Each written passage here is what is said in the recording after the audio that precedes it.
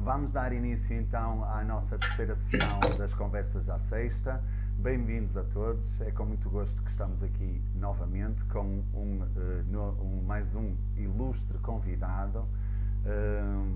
Hoje o tema é o bullying. Temos como convidado o Paulo Costa, um grande amigo que aceitou o nosso convite para participar nestas Conversas à Sexta. Olá Paulo, muito bem-vindo. Obrigado por teres aceito o nosso convite. Em nome da equipa Tools for Edu, é um prazer enorme ter-te aqui connosco. Gostava que se pudesses apresentar-te, falar um bocadinho quem é o Paulo Costa, se pudesses falar um bocadinho sobre ti, para as pessoas te conhecerem melhor. És professor de Educação Física, certo? Certo, desde 1992, a altura em que concluí o curso, mas deixa-me antes de me apresentar agradecer a oportunidade de estar presente e falar sobre uma temática que me é muito particular e tanto tem a ver a minha formação de facto em Educação Física, mais tarde faço mestrado em Estudos da Criança aí associado à parte do espírito desportivo, que tem a ver com o respeito pelo outro, pelo adversário, o respeito pelas regras e o respeito pelos árbitros, etc. E, posteriormente, entretanto, fiz uma caminhada também associada ao treino, nomeadamente no Sporting de Braga na natação e no desporto escolar ligado ao atletismo, com um projeto muito interessante desenvolvido em Forjães.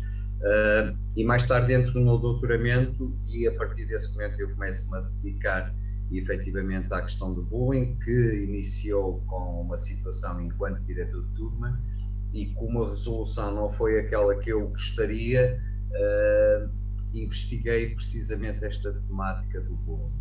E desde aí fiquei... Paulo, desculpa estar-te a interromper, e depois daí seguiste para um estudo mais aprofundado do tema, porque te fizeste doutoramento nessa área, se não estou em erro, certo? Exatamente. Em que consistiu a tua tese? Podes-nos dizer, por favor? Desculpa lá, não percebi bem agora. Em que consistiu a tua tese? Qual era o tema da tua tese?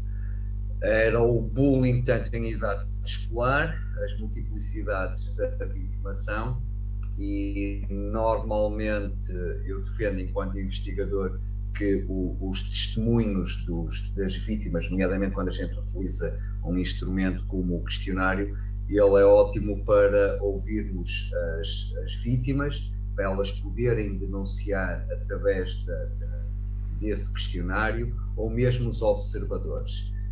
E portanto eu fiz 3 estudos. Um primeiro estudo foi tentar perceber o que é que acontecia associado às questões de género, se os rapazes, porque a literatura dizia-nos que os rapazes eram mais vítimas, os rapazes eram mais agressores, e a minha experiência enquanto docente não era propriamente assim. Claro que quando nós falamos nestes estudos anteriores, são estudos, a fase inicial, quando se começou a investigar o bullying, muitos deles incidiam numa população masculina e, como tal, naturalmente, apareciam mais eles. Depois, também aquilo que se investigava muitas vezes era os comportamentos agressivos físicos, de natureza física, e aí, de facto, os rapazes também se evidenciam comparativamente às raparigas. Mas quando falamos de bullying, nós não falamos só em bullying físico, o bullying direto, aquele que nós conseguimos identificar. Há outras formas de bullying muito subtis e que efetivamente um questionário pode ser útil a apurar essas mesmas formas de bullying. Paulo, desculpa interromper-te, mas antes de avançarmos para mais no tema, o que é o bullying exatamente? Há uma definição do que é o bullying? Em poucas palavras poderias dizer ou esclarecer aos nossos espectadores o que é o bullying? Claro que sim. O bullying é um conceito que ao nível da literatura, há uma unanimidade grande a nível do conceito. Portanto, quando falamos de bullying, falamos na intencionalidade de fazer mal. Portanto, o agressor tem uma intenção em fazer mal, em maltratar a vítima de uma forma continuada e assimétrica, ou seja, em que se verifica uma diferença de poder entre o agressor e a vítima, seja porque é mais popular, seja porque é mais desenvolvido fisicamente, seja porque é mais competente, por exemplo, nas tecnologias, na utilização das tecnologias, portanto, ele socorre-se do seu poder e vai maltratar a vítima. E quando digo socorre-se do seu poder e quando falo em agressor, entenda-se sempre que o agressor pode ser masculino ou pode ser feminino, e não a ideia de que só os rapazes é que o fazem, não. As agressões também são cometidas pelo feminino, mas depois podemos abordar mais à frente quais são as diferenças associadas ao género, e de facto a minha tese trabalhou essa questão, a questão das diferentes formas de vitimação associadas ao género, bem como outra parte do estudo que me parece muito interessante, enquanto que no primeiro estudo foi um corte transversal, ou seja, numa determinada altura foram ouvidos alunos de 3 agrupamentos. Depois o segundo estudo já é longitudinal, ou seja, eu acompanhei enquanto investigador um grupo de alunos, na altura pertencentes ao 7º ano, e esse grupo de alunos, que era uma média de 164 alunos, acompanhei-os durante os 3 anos, no 7º, no 8º e no 9º. E isto são de facto estudos importantes, porque normalmente o corte transversal pode não ser, dá-nos a realidade daquele momento. Às vezes é preciso perceber o que é que se passa ao longo de 3 anos. De facto, fiz um estudo associado também às diferentes formas e o género ao longo durante 3 anos, e um terceiro estudo, que foi aquele que eventualmente mais me motivou, foi um programa de intervenção anti-bullying, onde eu tinha um grupo experimental e um grupo de controle. Portanto, um grupo onde se fez uma intervenção e outro onde se fez apenas o controle. Portanto, eles apenas preenchiam os questionários do antes e depois, durante o tempo em que foi aplicado o programa. Portanto, aquilo foi durante 1 ano, claro. E comparar os resultados. E houve, de facto, resultados interessantes. Isto para dizer que as intervenções, e aproveito a deixa, Joaquim, que é sempre que fazemos uma intervenção, é muito importante fazermos a avaliação dessa mesma intervenção. Claro. Para isso nós precisamos, eventualmente, ter um questionário para saber o antes e o depois, para podermos comparar o impacto que eventualmente esse programa teve no público-alvo. Paulo, diz-me uma coisa, tu há bocado, quando estavas a falar da definição de bullying, eu acho que tu disseste aí uma palavra-chave, porque às vezes as pessoas têm tendência a achar que tudo é bullying, certo? E é um problema isso, não é? Eu acho que a palavra é contínuo, não é? Quando é que uma pequena rixa entre 2 alunos ou alunas é considerado bullying? Há uma situação esporádica, uma chatice, desentenderem-se e tal, e estão ali as duas numa situação complicada, isso é considerado bullying? Não. O bullying tem que ser algo premeditado e contínuo, certo?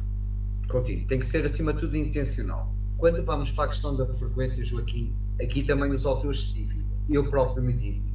Ou seja, bullying é uma ação em que só a vítima nos pode dizer se aquilo teve impacto. Portanto, normalmente associado ao bullying está um impacto forte na vítima, ou seja, a vítima, aquilo afetou-a, aquilo contribuiu para baixar a autoestima, o seu conforto foi afetado e que se prolonga. E aqui eu tenho alguma dificuldade. A definição diz-nos isso, diz-nos que é um comportamento agressivo, portanto eu sou vitimado continuamente. No entanto, nós não podemos desvalorizar a questão de determinados comportamentos que podem ser um só momento, mas aquele momento pode ter um impacto na vítima muito grande. Okay. Eu aqui na frequência depende um bocadinho. Claro que a definição diz-nos isso, mas os autores dividem-se, porque eu vou dar um exemplo. Se formos para o campo digital, o que é que acontece?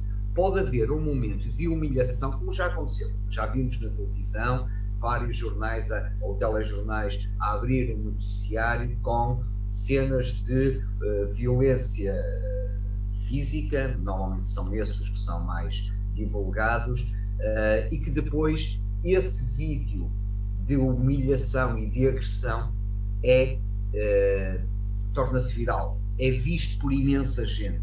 Ora, vamos colocar na vítima, no papel da vítima. Ora, aquilo de facto foi só um momento. Acontece que isto vai perdurar no tempo, inclusive quando estamos no campo digital, nunca mais desaparece, porque apesar de se retirar as imagens do YouTube, houve sempre alguém que conseguiu fazer o upload e tem essas imagens e pode continuar a partilhar. Daí que tudo que é publicado jamais desaparece. Claro. Portanto, e aqui, não é, quando nós vamos para o campo digital, as coisas assumem outro impacto. Agora, já lá vamos. Okay, aquilo que é importante é nós nos centrarmos na vítima, e penso que esta seria a mensagem. Quando alguém, um aluno, vai junto de um professor, vai junto de um colega e diz eu estou muito triste por este tipo de situação, ou eu estou-me a sentir muito mal porque aconteceu ou está a acontecer este tipo de situação, e aqui não queria ir para a matemática, se é uma ou se é mais do que uma, ok? A partir do momento em que a pessoa se sente afetada, se sente intimidada, se sente que não conseguiu responder àquelas agressões, porque temos aqui duas coisas muito importantes. Tu falavas nessa questão do tudo é bullying, nada é bullying. Uma coisa é o conflito, e o conflito, de facto, às vezes mal resolvido, pode derivar depois em situação de bullying. Aquilo que é importante é nós ajudarmos. Ainda hoje eu estava em cidadania com uma turma e havia alguns problemas na concretização de um trabalho de grupo. E eu dizia-lhes, ok, vocês passaram-me essa informação, mas aquilo não me peçam para ser eu a interferir. Eu gostava que fossem vocês a resolver a situação, e só no caso de vocês não sentirem que não estão a ser capazes, aí venham-me novamente pedir ajuda. Agora, eu gostava porque isto pode ser uma aprendizagem. O resolver conflitos, dar-lhes ferramentas para eles ultrapassarem os conflitos de uma forma não agressiva, naturalmente, nunca intimidando, nunca exercendo o poder, é uma aprendizagem naturalmente, ok? No bullying, isto não se passa. A vítima não tem capacidade, ou a vítima sente-se incapaz de conseguir cessar as agressões da qual é alvo. Ok, Paulo. Então, indo ao encontro do título que acabou por ficar nesta conversa, que é o Diz Não ao Silêncio, tens alguma sugestão, alguma dica para dar aos educadores, aos professores, aos pais, aos amigos, aos funcionários, toda a gente? Como é que nós podemos ajudar? Como é que podemos identificar? Será difícil, imagino. Como é que podemos deduzir que se um jovem ou uma criança está a ser vítima de bullying quando eles não falam, não é? Porque o grande inimigo, digamos que o grande amigo do bullying, neste caso, o grande amigo do bullying e o nosso grande inimigo será o silêncio, certo? O facto de a criança ou o jovem não partilhar com ninguém, não falar com ninguém sobre a situação que está a passar. E isto pode ir levar a dias, semanas, meses e anos, né? E viver essas situações sem nunca ninguém tomar conhecimento. O que é que se podemos tentando falar para toda a gente, que são basicamente em relação aos alunos. Os estudos dizem-nos que 80% dos alunos têm conhecimento do que se passa com os colegas, ou seja, mesmo as coisas negativas, nomeadamente as situações de bullying. Normalmente eles têm conhecimento. Também é frequente eles não se quererem meter, ou seja, não fazerem nada para que não sejam os próximos alvos ou para que não se metam em problemas. E isto é que nós temos que desmistificar. Ou seja, os alunos são uns fortes aliados na resolução das situações de bullying, nomeadamente quando ou interferem, porque se sentem confortáveis para interferir na situação, interferem diretamente. Quando não têm essa vontade, eles podem sempre denunciar a situação. E aqui também é importante referir que esta denúncia não é o queixinhas. Esta denúncia é um comportamento proativo, um comportamento que desejamos que ele aconteça. Vamos para o exemplo da violência doméstica. Sabemos, e agora é um tema que está, infelizmente, na ordem do dia, e percebemos que alguém que tenha conhecimento e nada faça pode ser, inclusive, criminalizado ou indiciado para prestar declarações, porque teria que fazer. Há esse dever em termos de lei. No bullying isto não acontece, porque ele não é criminalizado, mas essa também é outra discussão, Claro, mas óbvio. efetivamente, e quando falamos em educação, eu gostava que não entrasse a justiça, que não entrasse a polícia segura, que não entrassem outras estruturas que não a escola. Nós, educação, temos efetivamente uma palavra a dizer sobre isto, e é uma aprendizagem no sentido de os alunos perceberem que podem fazer toda a diferença. Eu vou tocar num assunto que me arrepio, só mal falo nele. Quando falamos, porque nós quando falamos do bullying, o bullying é uma coisa muito séria, e tanto é séria que infelizmente ele começou por ser investigado por OELS da Noruega em 1978, na década de 70, final de 70, em que ele percebeu que havia um tipo de agressão, um tipo de violência na escola que se distinguia das demais violências na escola. Porquê? Porque de facto havia esse caráter contínuo e havia outro dado muito preocupante: a ideação suicida ou mesmo o próprio suicídio. E então percebemos que havia de facto aqui uma forma de violência na escola que assumiu este nome de bullying e que nós em Portugal adotamos, continuamos a adotar este termo. De facto, ele tem características tão específicas que não temos uma palavra portuguesa que o possa traduzir. Temos palavras que se assemelham, mas que não caracterizam bem. Portanto, esta é uma parte. E então, quando eu falei com alguns alunos, porque um determinado aluno que era vítima de bullying e cometeu um suicídio, e claro que o suicídio não é unifatorial, há sempre mais fatores, claro. Mas efetivamente o ser vítima de bullying pode ser aquela campainha que eventualmente pode ter um mau desfecho. E então, quando eu perguntei a alunos, mas então tu vias essas situações a acontecer? E eles confessaram-me que sim. Eu, foste incapaz de fazer alguma coisa? E eles disseram, nós tínhamos medo das represálias. Mas reparaste que se eventualmente tivesses feito alguma coisa, se calhar poderíamos ter poupado uma vida humana. E é isto que os jovens têm, as crianças, os jovens têm que se convencer. Aquilo que parece uma coisa relativamente simples, ou que é o sofrimento do outro, aquilo pode ter uma consequência grave. Portanto, aquilo que nós temos como alunos é imediatamente denunciar a situação, seja ao pai, seja ao professor, seja ao funcionário, e possivelmente essa denúncia, e aqui os adultos têm que também saber gerir esta informação, nunca entregando, porque esse é o receio que as crianças têm e os jovens, é eu vou dizer, mas depois vão dizer que fui eu. Não, naturalmente o adulto, ao fazer este tipo de intervenção, nunca revela as suas fontes, tal como um jornalista ou um bom jornalista. Essa é uma parte. Relativamente a diagnosticar, quando eu falo para pais, eu costumo dizer aos pais que não perguntem sobre o vosso filho. Ou seja, um pai perguntar diretamente ao seu filho se ele é vítima de bullying, quase de certeza que vai ouvir a resposta de não.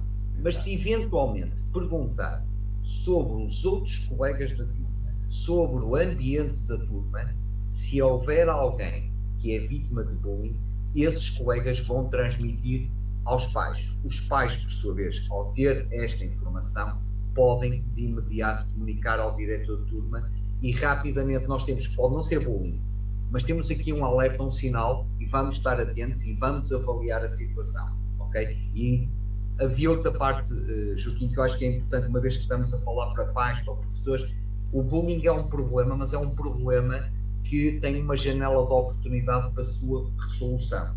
Nós não podemos silenciar, não podemos esconder, nós não temos que ter preconceito associado ao bullying, nós temos que, de facto, o enfrentar, assumindo que ele existe e desenvolvendo estratégias com os próprios alunos para que cesse esse tipo de comportamentos e que jamais sejam tolerados no ambiente escolar.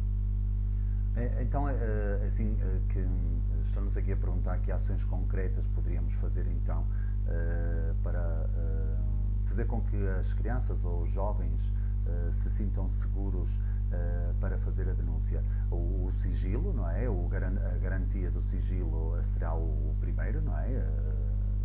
Mostrar à criança ou ao jovem que pode partilhar o que tem para dizer sem receio de que seja divulgada a sua identidade, não é? a fonte de onde veio essa informação e que mais se poderia fazer para que as Olha, pessoas se assim, sintam Joaquim, seguros? eu acabei esta semana de concluir uma ação promovida pela DGE, do Ministério da Educação, em que o programa chama-se Escola Sem Bullying, Escola Sem Violência. E aquilo que se pretende com este programa é que as escolas comecem a trabalhar a temática, no sentido de sensibilizar, num primeiro momento, esclarecer o que é isto do bullying, sensibilizar os alunos para esta temática, porque eles, ao estarem informados, já não podem dizer mas isto foi a brincar. Temos muitas vezes essa resposta. Eles fazem mal, mas aquilo são brincadeiras. Eu costumo dizer aos meus alunos, no brincar toda a gente se diverte. Quando alguém se diverte à custa de outrem, do sofrimento de outrem, nunca jamais podemos chamar de brincadeira. Então, há um primeiro momento que é importante a sensibilização, nomeadamente que é o bullying, quais são as formas de bullying, porque não é só a forma física, claro. E o que é que nós podemos fazer se eu for vítima ou se eu observar alguém. Depois de fazermos esta sensibilização, temos que capacitar os alunos a desenvolver projetos, e há vários, e há uma proposta do Ministério, em que podemos desenvolver sessões onde os miúdos podem, inclusive, ontem sugeri outro nome, a criação de embaixadores do bem-estar, que não vai só se preocupar com as questões das agressões entre alunos, mas também as questões, o respeito pelo outro, o respeito pela escola, o respeito pelos professores, o respeito pelos funcionários, ou seja, efetivamente o contribuirmos para uma escola segura, uma escola onde toda a gente possa ser feliz. E por que não chamar os próprios jovens, as próprias crianças, para serem esses embaixadores? Naturalmente, isto carece de uma formação que esses alunos terão para poder intervir e depois cooperar com os restos colegas da escola. Portanto, esta será, e penso que isto agora vai entrar nas escolas, e há aqui a parte que eu defendo, que as escolas deveriam sempre fazer no início do ano letivo, até porque isto é um ato que é ótimo em termos de interpretação, ou seja, quando eu preencho um questionário, eu tenho que interpretar a pergunta e responder, e ao mesmo tempo ser um espaço de denúncia construtiva, no sentido em que, com estes resultados, nós vamos saber o que se passa e, mediante esses resultados, nós vamos intervir. Portanto, as ações são estas. Por um lado, diagnosticar, monitorizar através de um questionário ou outro instrumento, e depois fazer uma sensibilização, temos espaços ótimos com uma cidadania que pode cruzar depois com todas as outras disciplinas, porque este não é um espaço só da cidadania ou de alguma disciplina. Eu, em educação física, muitas vezes sou confrontado com situações que são comportamentos de conflito, às vezes se calhar um bocadinho mais, mas que imediatamente eu faço disso tema para refletirmos todos sobre aquele comportamento. É preciso desenvolver a empatia também nos alunos. Não podemos estar agarrados só aos conhecimentos académicos, ao dominar o currículo em termos de programa, mas temos estas competências emocionais que precisam ser muito trabalhadas na escola e que eu acho que muitas vezes não são trabalhadas, não são valorizadas. Claro, e pensando no perfil do aluno, a sair da escolaridade obrigatória, nas competências para o século XXI, a capacidade de resolução de problemas, e aqui entraria a resolução de conflitos entre pares, não é? Porque é preciso referir isto, e tu melhor que ninguém pode dizer, é que o bullying só ocorre entre pares, não é? Não existe bullying entre jovens e adultos, adultos e jovens, é sempre entre criança, jovem, adulto, certo? Certíssimo, e é muito importante referir isso, porque nós temos muitas vezes, ainda há pouco tempo no polígrafo da SIC, diziam qualquer coisa como: professores fazem bullying sobre um aluno por ele não usar máscara. E eu de imediato mandei uma mensagem para o polígrafo SIC a dizer: atenção, vocês também têm a vertente pedagógica, e vocês, além de ser falsa a notícia, porque era, deveriam também dizer que este conceito de bullying nunca é entre uma criança e um adulto, ou um jovem e uma adulto ou um adulto sobre um jovem. Isso é outras formas de violência. Aqui é condição, na definição, que seja uma relação entre pares. O mesmo estatuto social, criança-criança, adulto-adulto. E nunca, porque senão a tal assimetria de poder estava logo instalada, porque o adulto tem mais poder que a criança, não é? Claro. Portanto, à partida, já não fazia sentido falar. Exato. Não, e tendo em conta que, não é, quando estas crianças e jovens forem adultos e estiverem no mundo de trabalho, não é, se eles aprenderem desde cedo a resolver os conflitos entre eles, isso também irá ter repercussões no futuro, porque em termos laborais depois também vão ser-se capazes de gerir as emoções e as relações laborais de melhor forma, certo? Por isso acho que também cabe à escola ajudá-los nesse sentido. Claro que não é só à escola, cabe a todos, cabe aos pais, cabe à escola, cabe a todos juntos ajudar as crianças e os jovens a formarem-se de uma forma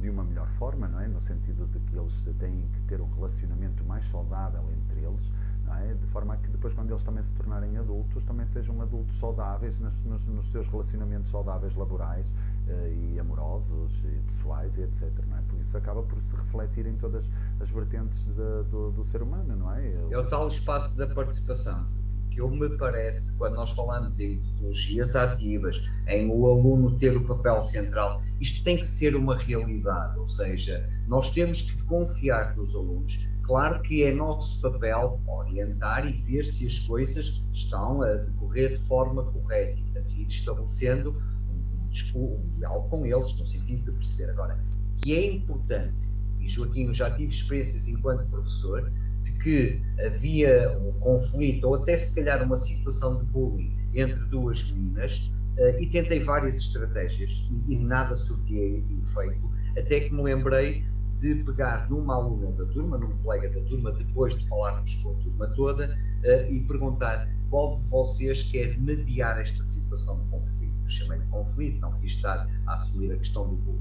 Claro. E consegui que essa miúda, que era da mesma idade, conseguiu com que elas, não é que passassem a ser as melhores amigas, mas passaram a estabelecer um código de comportamento entre elas, ou seja, o que não podiam fazer uma outra. Eu lembro-me de dizer a essa miúda mediadora, dizer, atenção, Joana, não vais procurar quem é a culpada. Aquilo que tu vais ver é quais são as soluções que elas avançam para que este comportamento de agressão entre elas deixe de existir. E o certo, Joaquim, é que isto resultou. Portanto, é preciso dar oportunidade, espaço.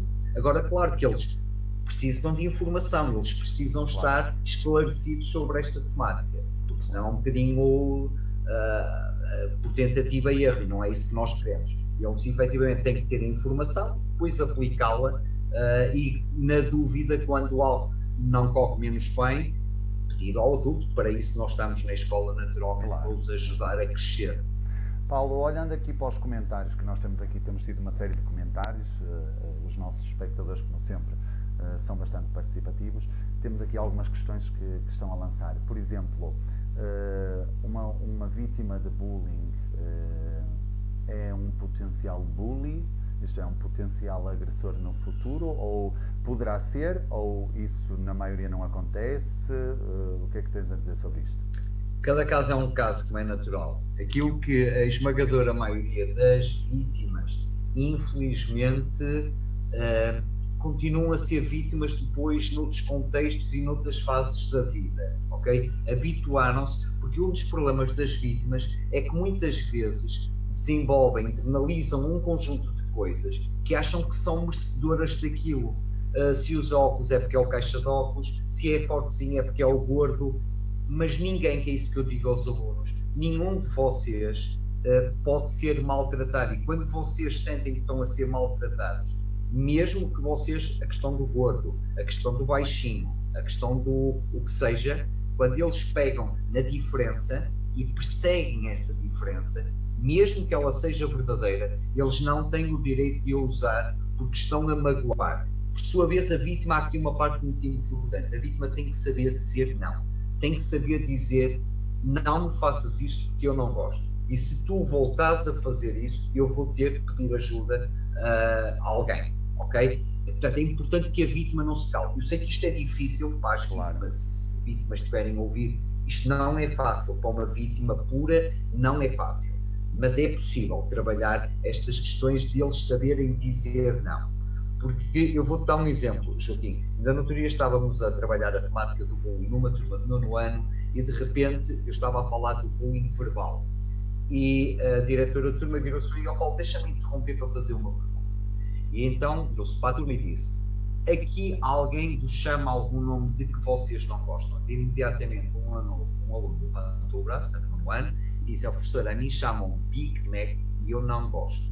E os outros riram-se e tal, e eu virei-me e disse: "Pessoal, a partir desta data, o vosso colega informou-vos de que não gosta, portanto, vocês não têm o direito de estar a chamar Big Mac quando já têm neste momento consciência de que ele não gosta. A partir do momento em que vocês assumem ou continuam a assumir esse comportamento, eu posso considerar que vocês estão a exercer um comportamento de bullying." Portanto, é isto que é importante a vítima dizer. Depois, quanto à alteração de perfil, é possível, infelizmente. Ou seja, eu tenho conhecimento de algumas situações, nomeadamente em idades mais jovens, um miúdo que imagina no 4º ano é vítima de bullying, entretanto no 5º volta a ser, muda de escola por hipótese, essa mudança de escola também é outro tema pertinente, muda de escola, vai para outra escola, entretanto ele cresceu, então ele vai passar a atacar antes de ser ofendido e transforma-se num agressor. Começam a haver queixas, se até agora haviam queixas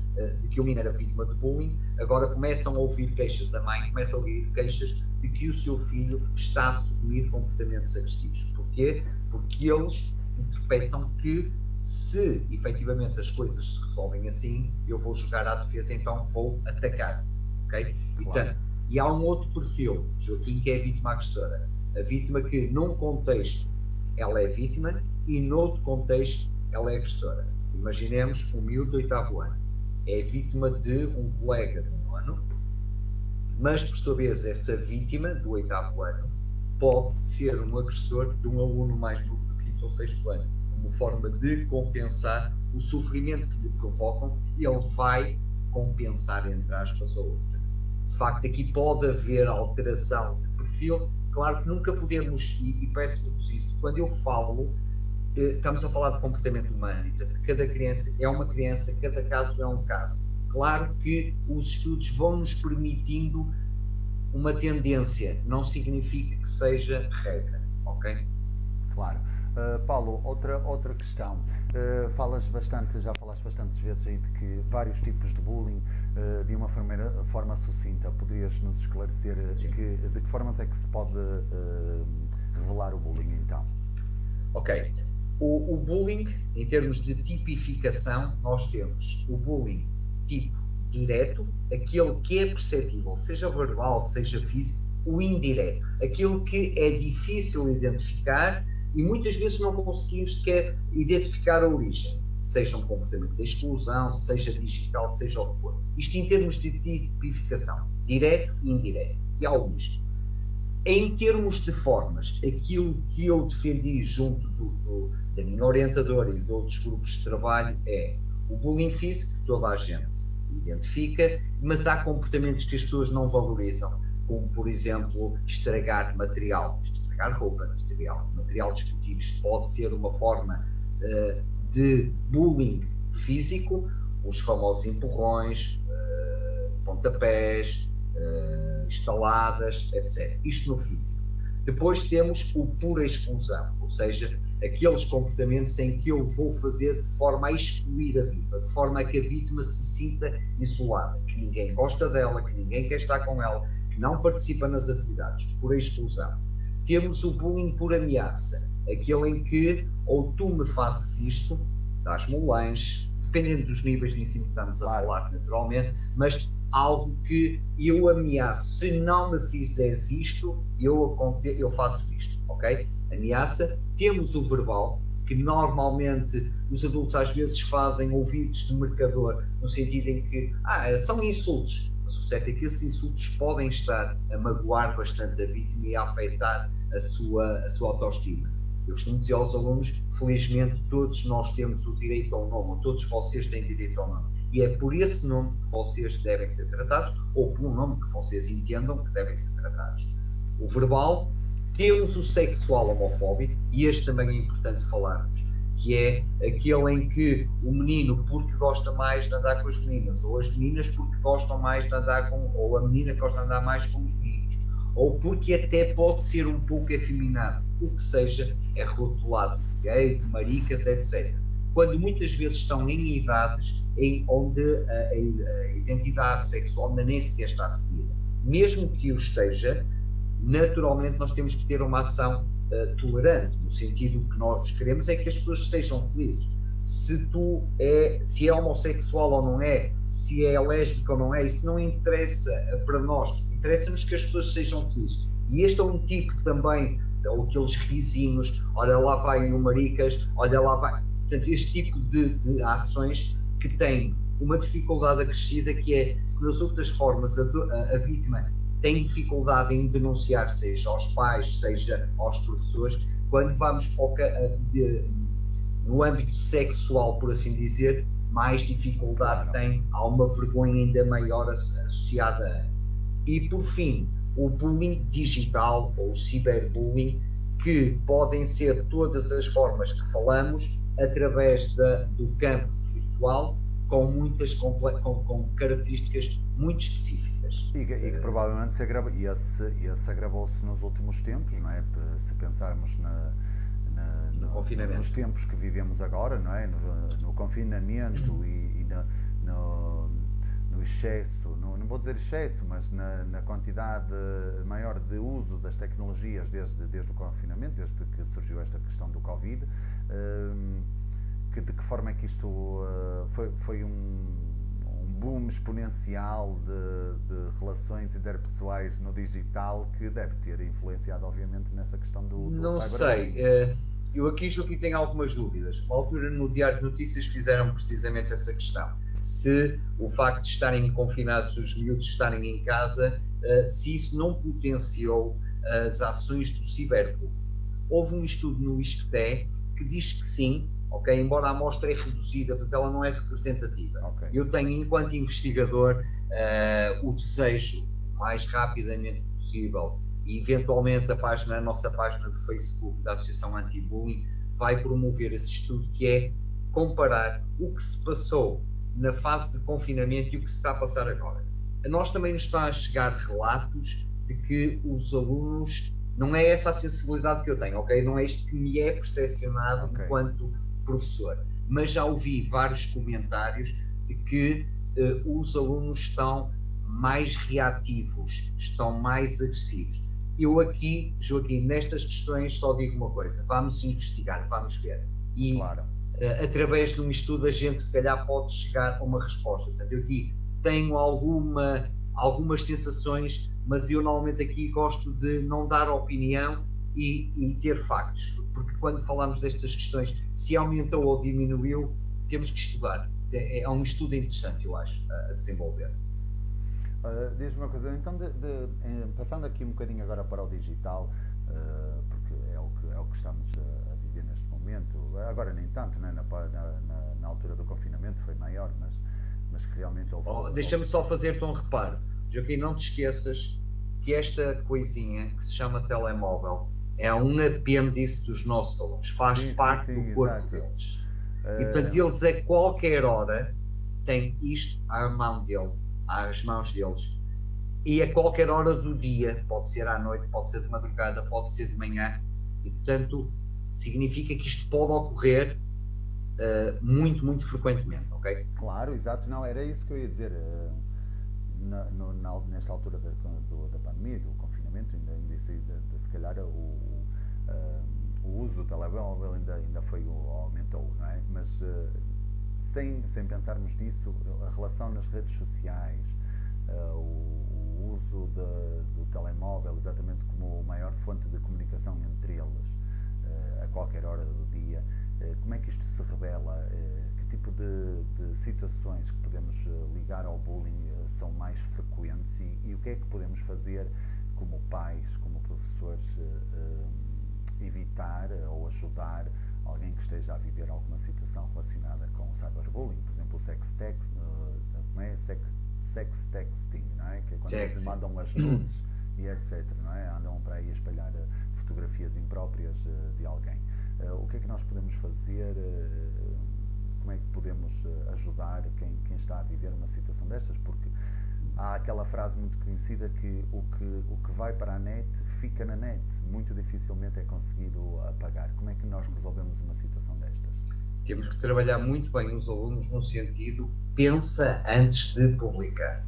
Quando eu vou fazer uma publicação, mesmo aquelas fotografias que eu ter, as selfies, numa pose toda sensual e portanto os estudos dizem-nos que efetivamente as meninas, isto está associado ao género e a utilização das TIC, as meninas estão mais, não quer dizer que os rapazes não estejam, mas estão mais comparativamente aos rapazes, mais envolvidas com as redes sociais, os rapazes por sua vez mais com os jogos.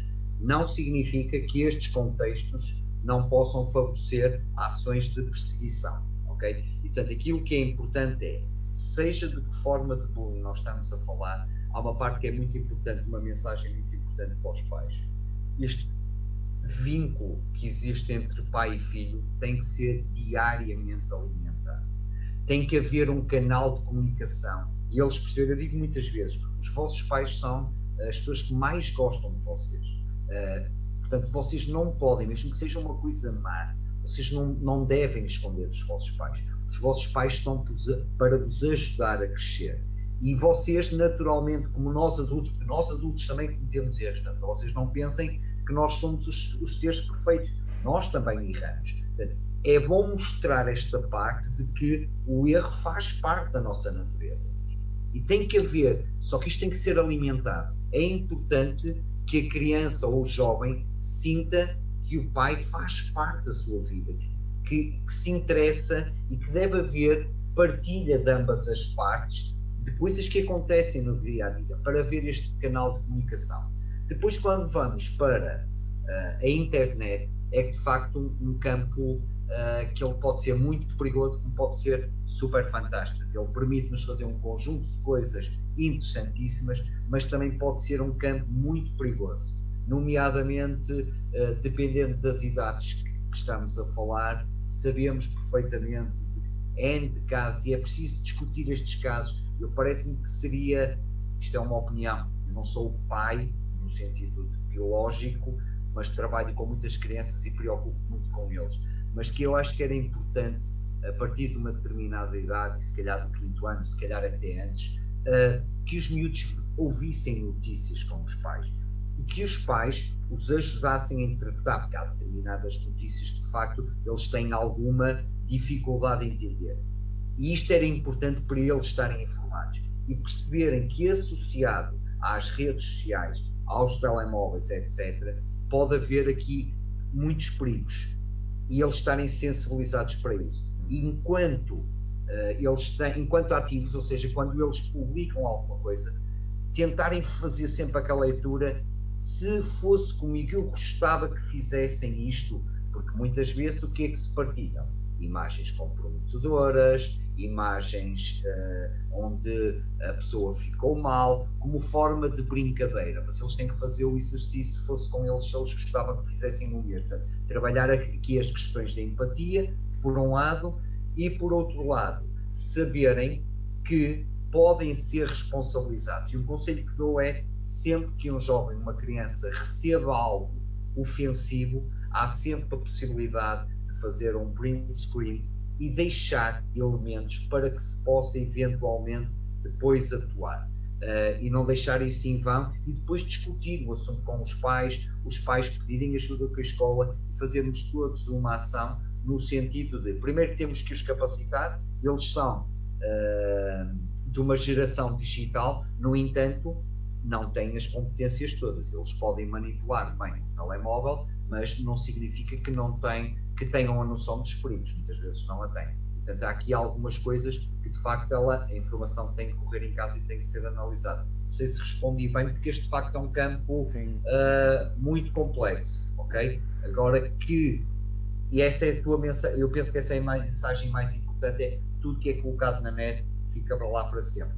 E alguém pode pegar nesses elementos e fazer, por exemplo, em relação às nudes, e eu penso que essa é outra mensagem importante, determinados jovens a determinada altura começam a namorar e às 2, 3 estão a trocar nudes. Só que nós sabemos que as relações, grande parte delas na nossa adolescência, não vingam, e quando há uma chatice, a reação imediata é divulgar as imagens comprometedoras. Portanto, ter muito cuidado e nunca partilhar, sob o pretexto que for, por muito que goste, tem a ver com segurança. E as noções, é importante dar-lhes estas noções que eles precisam também, tal como necessitam de segurança a andar na rua, também precisam de segurança a andar no meio virtual.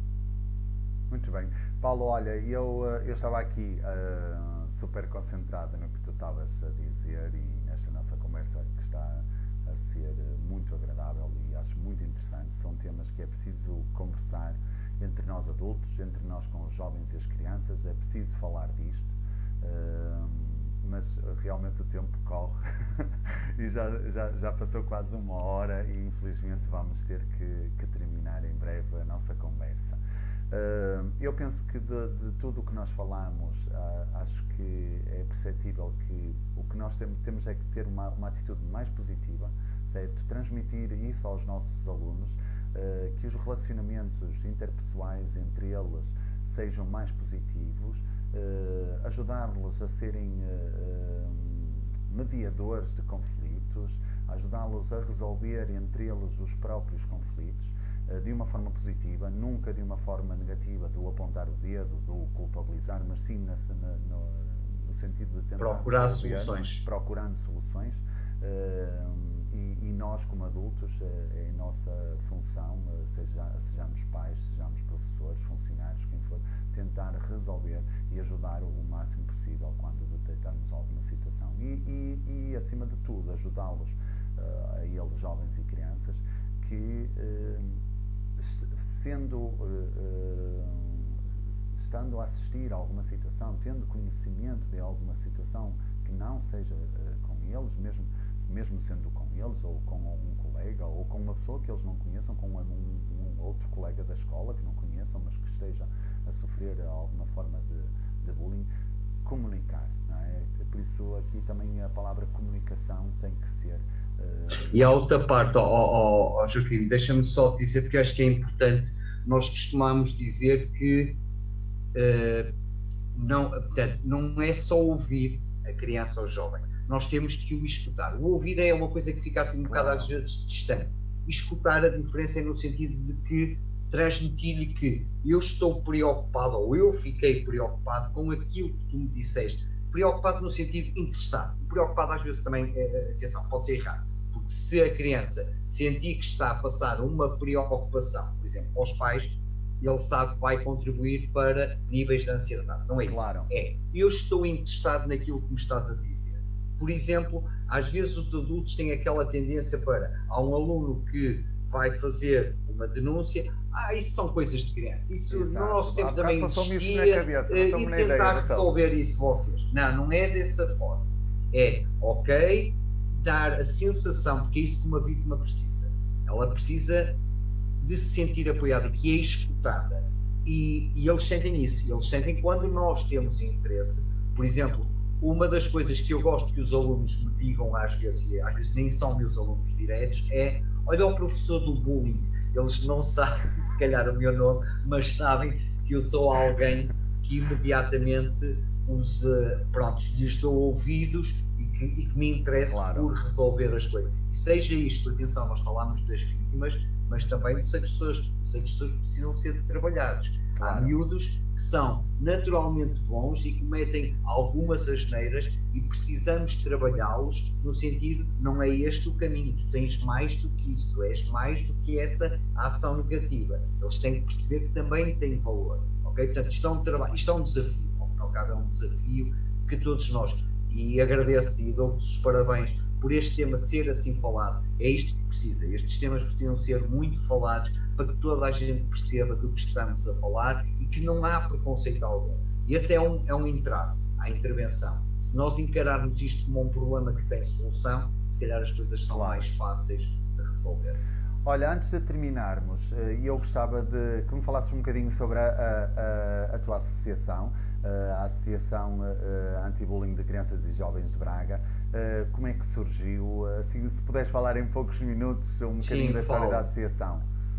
Ele decorre precisamente da investigação, ou seja, há vários estudos em que se diz que nós temos que dar voz à criança no sentido de eles terem um papel ativo. E, de facto, quando eu fiz o programa de intervenção com o grupo de intervenção, passa a redundância, eu percebi que eles podiam ser uma solução.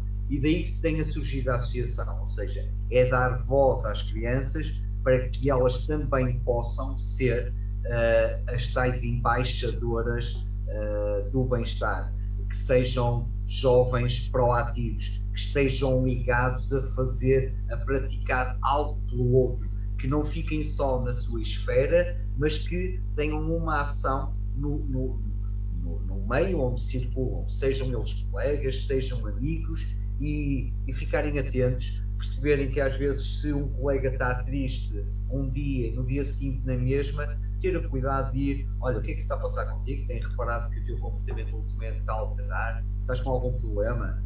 Atenção que a gente também serve para isso, não é só para irmos jogar futebol. Eu quero que estejas bem, que te sintas bem. É isto, e foi neste âmbito que a associação, tanto que é uma associação juvenil, foi a primeira a nível nacional, e foi nessa linha de vamos dar competências aos jovens para que os jovens também eles próprios possam intervir. E só naquelas situações mais em que não se está a conseguir resolver, aí eventualmente o adulto poderá estar por trás num papel de orientador. Claro. Eu, entretanto, partilhei nos comentários o link do blog da associação, mas também vocês têm a página de Facebook, por isso quem tiver curiosidade... O blog não, o blog, olha, confesso que essa é uma das coisas que temos de fazer, atualizar aquilo que ele está coitadinho, a página da associação. Sim, tem muitos seguidores e temos lá imensas coisas, nomeadamente queria destacar um trabalho que os meus alunos estão a fazer este ano, ou que iniciaram a propósito do Dia Mundial do Combate ao Bullying, dia 20 de outubro. Eles fizeram mensagens em grupo, portanto, cada grupo fez uma mensagem em português, agora estão em inglês a traduzir essa mensagem, porque a página da Associação Anti-Bullying tem seguidores de outros países e, portanto, estão a espalhar a mensagem. Estão a ter voz junto das redes sociais de uma forma proativa, e que, já agora os que nos seguem, se ainda não conhecem, passem por lá e distribuam likes nestas frases, que têm uma mensagem muito interessante, e aquilo que eu lhes digo enquanto professor é, meus amigos, a mensagem é super proativa, mas eu quero ver é vocês a aplicar isso que vocês estão a tentar espalhar pela comunidade, pelo país, pelo mundo que seja. Pronto, Paulo, eu também já aproveito, acabei de publicar então o link para a página do Facebook, para se calhar é mais fácil para as pessoas acederem lá, mas repito novamente o nome da associação, caso queiram procurar no Google, é a Associação Anti-Bullying de Crianças e Jovens de Braga, certo? Com crianças e jovens. Com crianças. Ok? Com crianças é o e jovens de AAPCJ. Braga. Mas certamente se procurarem sem o com devem chegar lá, certo? Claro. Olha, diz-me uma coisa, as escolas ou outras instituições podem entrar em contacto convosco, vocês dinamizam atividades de sensibilização, de diálogo, sim, por isso... Nomeadamente agora estes meios, não é? Porque agora as pessoas evitam naturalmente a presença física, mas temos estas possibilidades. Ainda no sábado passado, deixem-me partilhar e fiquei super contente, um grupo de Oeiras, miúdos de 12º ano, fizeram uma entrevista no dia em que estávamos em confinamento, a partir das 13, que eu achei interessantíssimo. Fizeram perguntas super pertinentes, ou seja, de facto nós podemos fazer um conjunto de coisas através da internet, e este é o lado positivo, e quero-te felicitar naturalmente por esta tua iniciativa. Não, obrigado. Eu é que agradeço a tua presença, Paulo. Para mim foi um gosto Não, enorme sabes que é um ter prazer. aqui. Vamos ver se no futuro iremos colaborar mais em conjunto. Né? Vamos, ai, de Já estiveste certeza. comigo na escola, numa atividade também exatamente de um projeto de twinning sobre o bullying em que eu participei e convidei-te exatamente a ti e à tua associação para irem falar exatamente com a turma que estava a participar e fizeram algumas atividades que eles gostaram imenso. Por isso, espero que no futuro possamos colaborar Vamos, de mais. certeza absoluta. E pronto, e é agradecer-te, olha, agradecer-te pela tua disponibilidade, pela tua simpatia, pelos teus conhecimentos nesta área, porque realmente és uma pessoa muito experiente já nestas questões do bullying e do estudo do bullying, etc. Por isso acho que não havia outra pessoa em que eu não pudesse convidar para vir aqui falar sobre o bullying que não fosses tu. Por isso, olha, Paulo, muito obrigado em meu nome, em nome de toda a equipa do Sephora Edu, muito obrigado por este momento, foi uma horinha fantástica, gostei, penso que os nossos espectadores, os nossos seguidores também gostaram muito, escreveram imenso aqui nos comentários, acho que foi uma horinha bastante interativa e de diálogo e conversa sobre esta questão. E vamos ver se nos próximos temas dos Conversas às Sextas continuamos a trazer temas interessantes e que são precisos de discutir. A semana passada, há 15 dias, tivemos a questão das cyberdependências, que também é pouco falado, o bullying hoje contigo, e vamos ver que temas seguirão. Por isso, olha, muito obrigado a ti e a vocês todos que nos têm acompanhado, muito obrigado por estarem aqui connosco e nos seguirem.